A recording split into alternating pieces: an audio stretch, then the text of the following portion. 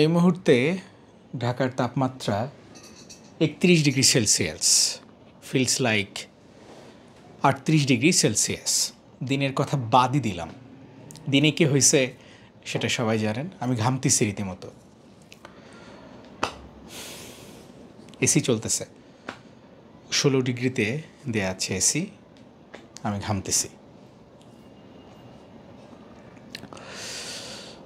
আচ্ছা, আজকে কথা বলবো একটি গুরুত্বপূর্ণ সিনেমা নিয়ে। সিনেমা রিভিউ দেয়া স্টার্ট করা যায় এবং খুবই অনেস্ট ওপিনিয়ন বলছি আমি, যেটা দেখছি সেইটাই বলছি। একটা আহামরি শব্দ আমি বলবো না। আজকে আমি দেখেছি দেয়ালের দেশ সিনেমা। দেয়ালের দেশ সিনেমাতে সবচেয়ে ভালো লেগেছে অভিনয়। দুজন, শবনম বুবলি এবং শরীফুল রাজ, তাদের সেরা অভিনয় করেছেন। ওয়ে অফ টকিং, দুজনের কনভারসেশন এতটা জীবন্ত মনে হয়েছে, এতটা নিজস্ব মনে হয়েছে, আমি মুগ্ধ হয়ে ওদের অভিনয় দেখেছি। ২ নাম্বার যেটা, সেটা হচ্ছে সিনেমাটোগ্রাফি। দৃশ্যায়ন এত সুন্দর করে করানো হয়েছে মিশুকমণি, এজন্য আপনাকে অসংখ্য ধন্যবাদ।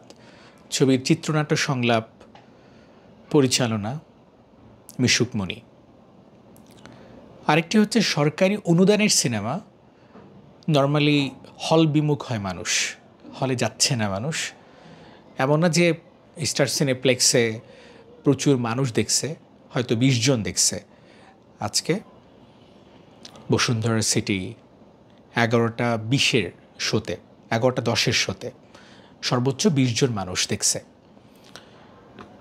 কিন্তু এই ২০ জন মানুষও কিন্তু প্রাপ্তি দেয়ালের দেশ সিনেমা। আর সিনেমা লাভজনক না হলে স্টার সিনেপ্লেক্স কারো সিনেমাই রাখে না, সেটা রাষ্ট্রপতির ছেলের সিনেমা হলেও রাখবে না। সো আমার কাছে মনে হয়েছে সিনেমাটার মান, গুণ এবং সব কিছু মিলিয়ে আউটস্ট্যান্ডিং। এবং মিরপুর থেকে আমি মেট্রোতে করে গেছি। কেন? মিরপুরে তো সনি স্কোয়ার আছে, স্টার সিনেপ্লেক্সের আরেকটি শাখা আছে। কারণটা হচ্ছে এখানে আমি যাইনি বিকজ এখানে ৪৫০ টাকা ভাড়া। মানে সিনেমা যে দেখব, এই ২-২.৫ ঘন্টার জন্য ভাড়া গুনতে হবে ৩০০ টাকা। এইটা আমার কাছে খুব বেশি মনে হয়েছে। সেটা কেন, এটা জিজ্ঞেস করলাম বসুন্ধরা সিটির স্টার সিনেপ্লেক্সের কর্তৃপক্ষের কাছে। তারা বললেন প্রিমিয়াম, এই জন্য দাম বেশি। অর্থাৎ বসুন্ধরা সিটির স্টার সিনেপ্লেক্স প্রিমিয়াম না, সনি হচ্ছে প্রিমিয়াম।